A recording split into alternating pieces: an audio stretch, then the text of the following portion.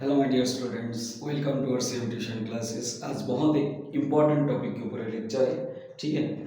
जो standard math versus basic math. अच्छा, standard math versus basic math मतलब क्या है? सीबीएसई का जो बोर्ड एग्जाम होने वाला है 2026 2027 इन अपकमिंग ईयर्स में, उसमें कौन सा लेना है स्टूडेंट को, स्टैंडर्ड मैथ और बेसिक मैथ। इसके बारे में, दोनों पेपर के बारे में स्टूडेंट लोग बहुत कंफ्यूजन है। मेरा जो ऑफलाइन का जो सेम ट्यूशन क्लासेस का जो कोचिंग सेंटर है, इसमें भी बहुत सारे स्टूडेंट का डाउट था।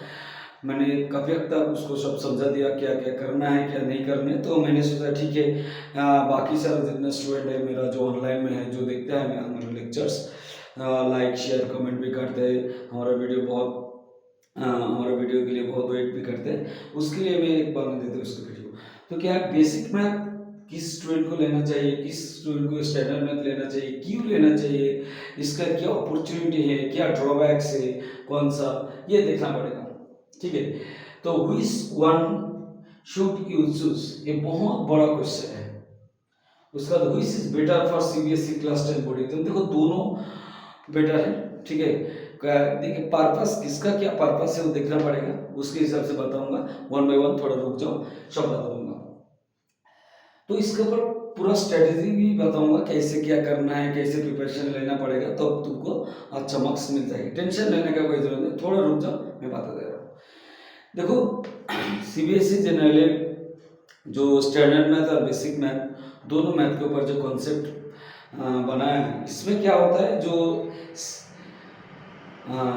तुम्हारा जो बेसिक मैथ पेपर होता है, इसमें जनरली क्वेश्चन पेपर आसान होता है।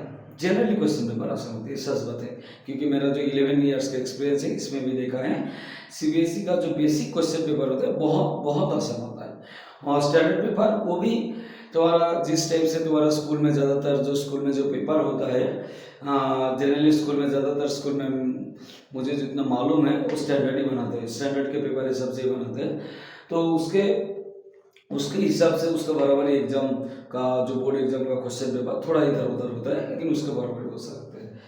तो आप देखो इसमें, लेकिन हाँ स्टैंडर्ड मैथ और बेसिक मैथ किसको लेना चाहिए, किसको लेना लेनी चाहिए, उसके पहले कुछ बता देता हूँ। देखो बेसिक मैथ जो है ना, तुम्हारा जो सीबीएसई का जो क्लास 10 का जो मैथ का बुक है, एनसीईआरटी का बुक, वो दोनों को बेसिक और स्टैंडर्ड दोनों का करने का जरूरत है। एनसीईआरटी बुक दोनों को करना ही पड़ेगा, ठीक है। देखो ज्यादातर जो क्वेश्चन है बेसिक में, वो एनसीईआरटी से आएगा लगभग। मुझे एमसीक्यू छोड़ के मुझे जितना एक्सपीरियंस है, लगभग तुम्हारा 80% क्वेश्चन एनसीईआरटी से ही बनता है, और एनसीईआरटी का लेवल से बहुत ही सिंपल क्वेश्चन पेपर बनता है जी। मतलब ये इनसे जो मतलब बेसिक का क्वेश्चन पेपर, ठीक है। और जो स्टैंडर्ड का पेपर होता है, स्टैंडर्ड का पेपर क्या होता है बच्चों, जनरली इसका जो क्वेश्चन है ये भी एनसीईआरटी से आता है, नहीं तो एनसीईआरटी के ऊपर बेस करके कुछ क्वेश्चन, लेकिन थोड़ा एडवांस लेवल और स्टैंडर्ड लेवल का आता है। और इसके लिए जो जो कुछ परसेंटेज है, लाइक अगर 70% क्वेश्चन जो अगर तुम्हारा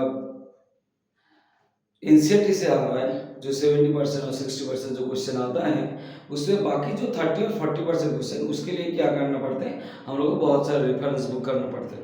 लाइक कौन सा है, तुम लोग आर्टिशमा कर सकते हो, आर्टिशमा में बहुत बढ़िया तरीके से, लेकिन स्टूडेंट का दिक्कत भी होता है, आर्टिशमा में बहुत सारे क्वेश्चन भी होते हैं, उसके लिए कुछ कुछ पोर्शन भी करना पड़ता है, कुछ कुछ क्वेश्चन ही करना पड़ते हैं, ज़्यादा सब कुछ मैथ नहीं करना पड़ता। स्टूडेंट स्मार्ट वर्क करना पड़ेगा, हार्ड वर्क नहीं, ये याद रखना। कुछ कुछ मैथ कर लोगे, कुछ कुछ टाइप कर लोगे, स्टैंडर्ड पेपर भी अच्छा तरीके से निकल जाएगा, कोई दिक्कत नहीं। स्टैंडर्ड पेपर में भी बहुत बढ़िया मार्क्स मिलता है, बेसिक में भी तो मिलता है, दिक्कत ही नहीं है, स्टैंडर्ड पेपर भी मिलता है।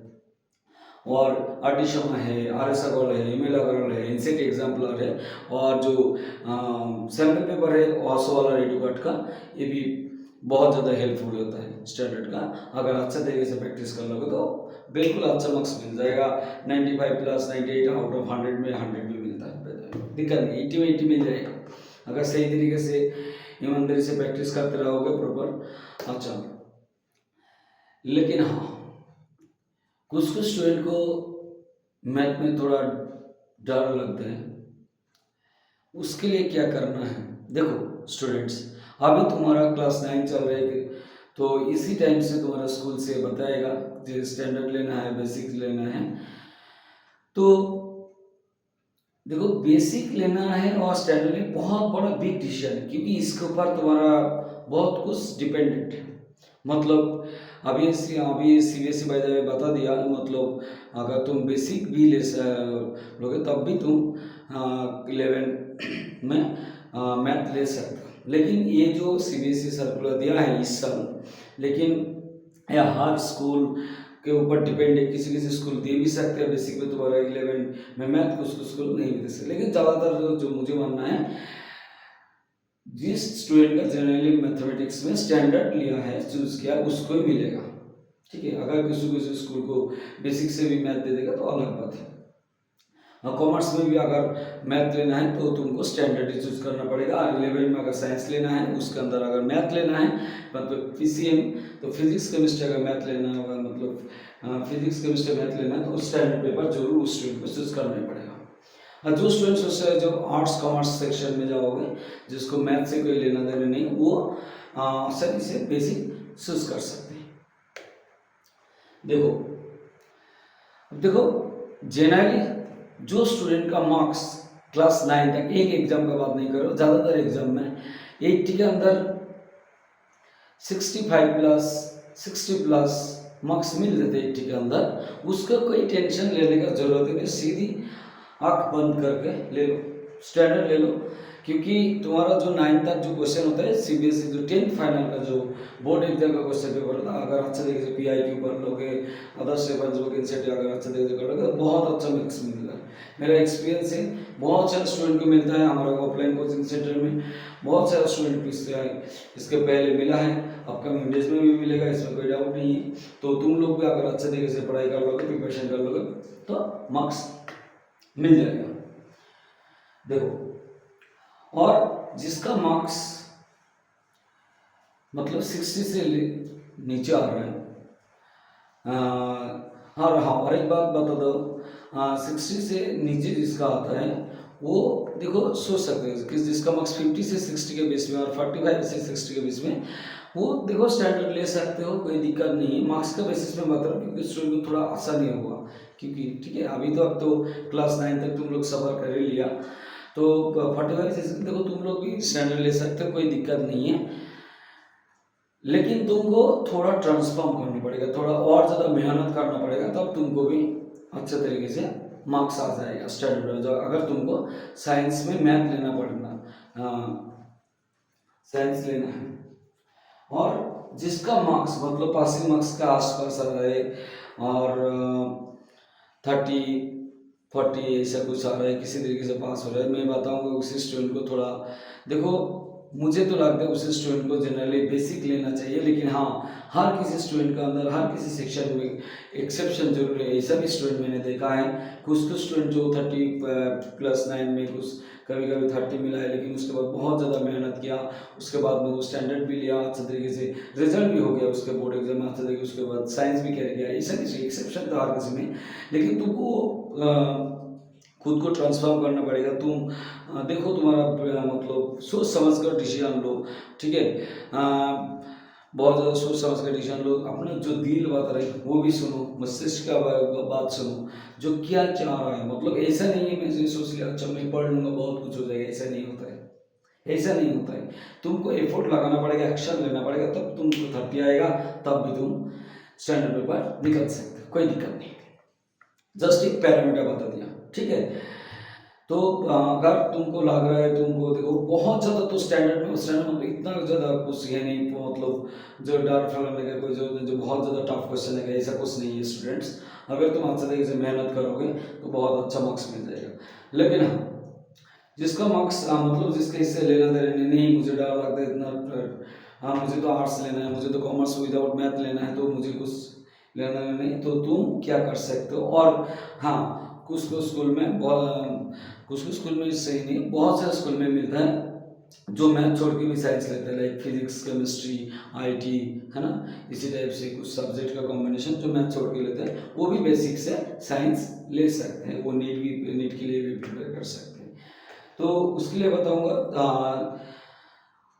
बेसिक्स में ले सकते हो तुम लोग। अगर देखो जनरली देखा गया है जो मीडियम स्टूडेंट है, देखो जो बहुत अच्छा स्टूडेंट होता है, जो जिसका बहुत अच्छा स्टूडेंट का मतलब जो अच्छा तरीके से प्रिपेयर करते हैं उसको बात कर रहा हूँ, उसको तो बेसिक स्टैंडर्ड से कोई दिक्कत नहीं, वो बेसिक भी दोगे तो अभी उसका मार्क्स 75 प्लस आ जाएगा, 80 के अंदर 80 आ जाएगा, स्टैंडर्ड को तब आ जाएगा। लेकिन स्टूडेंट के जो बेसिक स्टैंडर्ड का जो फर्क होता है वो जनरली क्या होता है, मीडियम स्टूडेंट के लिए ये होता है। सबसे ज़्यादा जो डिसीजन, ये वाला डिसीजन है कि स्टूडेंट को मीडियम टाइप का स्टूडेंट, मतलब जिसका मार्क्स 45 से 60 के बीच में आ रहा है उस स्टूडेंट के लिए, ठीक है। देखो किसी कुछ स्कूल में बहुत ज़्यादा क्वेश्चन पेपर टफ आता है, स्पेशली क्लास 9 में किसी का अगर नया 50 के ऊपर मार्क्स मिल रहा है 80 के अंदर, अगर क्वेश्चन पेपर है तो 50 के ऊपर भी ले सकते हो तुम आसानी से स्टैंडर्ड। अच्छा,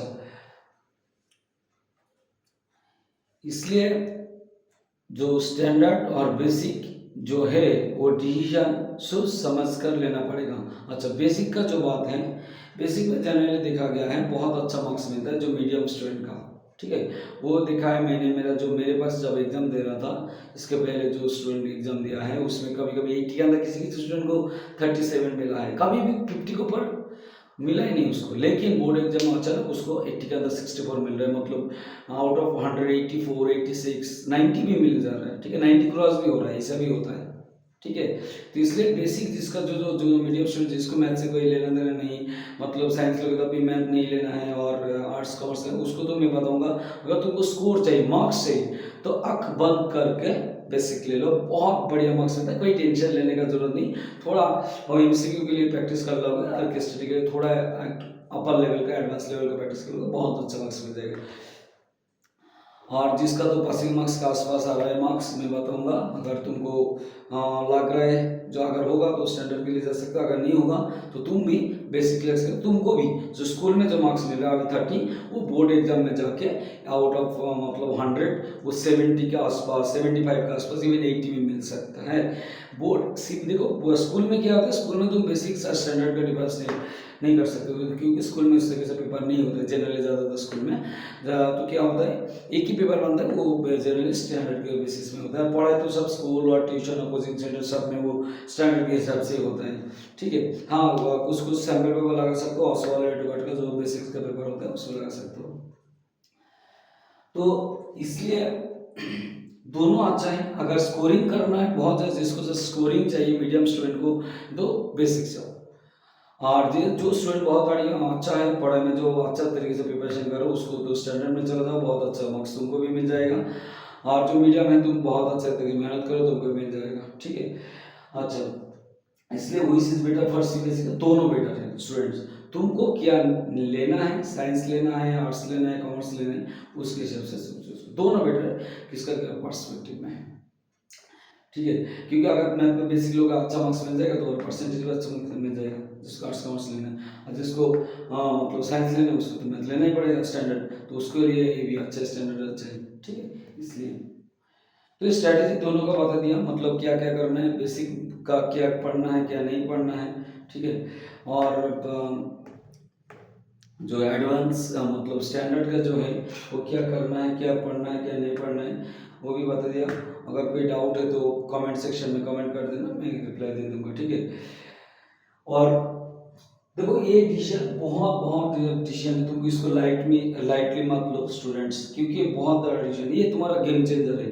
क्योंकि इसके हिसाब से तुम्हारे जो आज कुछ कुछ स्टूडेंट देखो, अगर क्या किसी को लग रहा है मुझे तो मैंने तो गलती से स्टैंडर्ड ले लिया, मुझे बेसिक लेना है, तो स्कूल को बताओ जो क्लास 10 में भी पढ़ रहा है उसको भी चेंज हो सकता है। मैंने भी देखा है, पिछले साल मैंने देखा है मेरा एक स्टूडेंट, वो पहले स्टैंडर्ड लिया था लेकिन बाद में बेसिक कर लिया, क्योंकि उसको लगा मुझे अभी आर्ट्स जो में जाना है तो मुझे बेसिक ही सही है। तो इसलिए तुम चेंज भी कर सकते हो। और ये वीडियो तुम्हारा जो जितना सारा 7 8 का ब्रदर एंड सिस्टर है उसको भी भेज सकते हो, और क्लास 9 का जितना सारा दोस्त है सबको भेजो, क्योंकि बहुत इंपॉर्टेंट वीडियो, तुम लाइट भी मत लो, ठीक है स्टूडेंट्स। बहुत रिक्वेस्ट है तुम लोगों को, क्योंकि बहुत बड़ा डिसीजन है, क्योंकि इसका ऊपर है तुम्हारा जो इंटर अपकमिंग जो स्टडी है हायर स्टडी, वो डिपेंड कर रहे हैं। क्योंकि अभी तुमको स्टैंडर्ड लोगे तो मैथ के ले सकते हो, नहीं तो अगर बेसिक लोगे तो मैथ को अलविदा बताना पड़ेगा, ठीक है। इसलिए ये वाला बहुत बहुत इंपॉर्टेंट डिसीजन है। Tomorrow you will become what you choose today, ये वाला जो याद रखना वो, tomorrow you will become what you choose today, मतलब आज तुम जो डिसीजन लोगे उसके हिसाब से तुम्हारा अपकमिंग जो हायर स्टडी होगा। अच्छा तरीके से पढ़ाई करो, मेहनत करो अच्छा तरीके से, कोई टेंशन लेने का ज़रूरत नहीं। किसी भी स्टूडेंट अच्छा परफॉर्म कर सकते, किसी भी फील्ड में अच्छा कर सकते हैं, इसलिए मेहनत करो अच्छे तरीके से, रिजल्ट अच्छा बन जाएगा। किसी भी तरह का कोई डाउट हो तो मुझे कमेंट करना, ठीक है। चलो बेस्ट ऑफ लक। इस वीडियो को अच्छे तरीके से लाइक करो, शेयर करो और सब्सक्राइब करो, नोटिफिकेशन बिल भी ऑन कर देना। जरूर तुम्हारा जितने सारे दोस्त है, स्पेशली क्लास 9 से जो दोस्त है उसको शेयर कर देना, क्योंकि ये बहुत बहुत इंपॉर्टेंट वीडियो है उसके लिए। Thank you.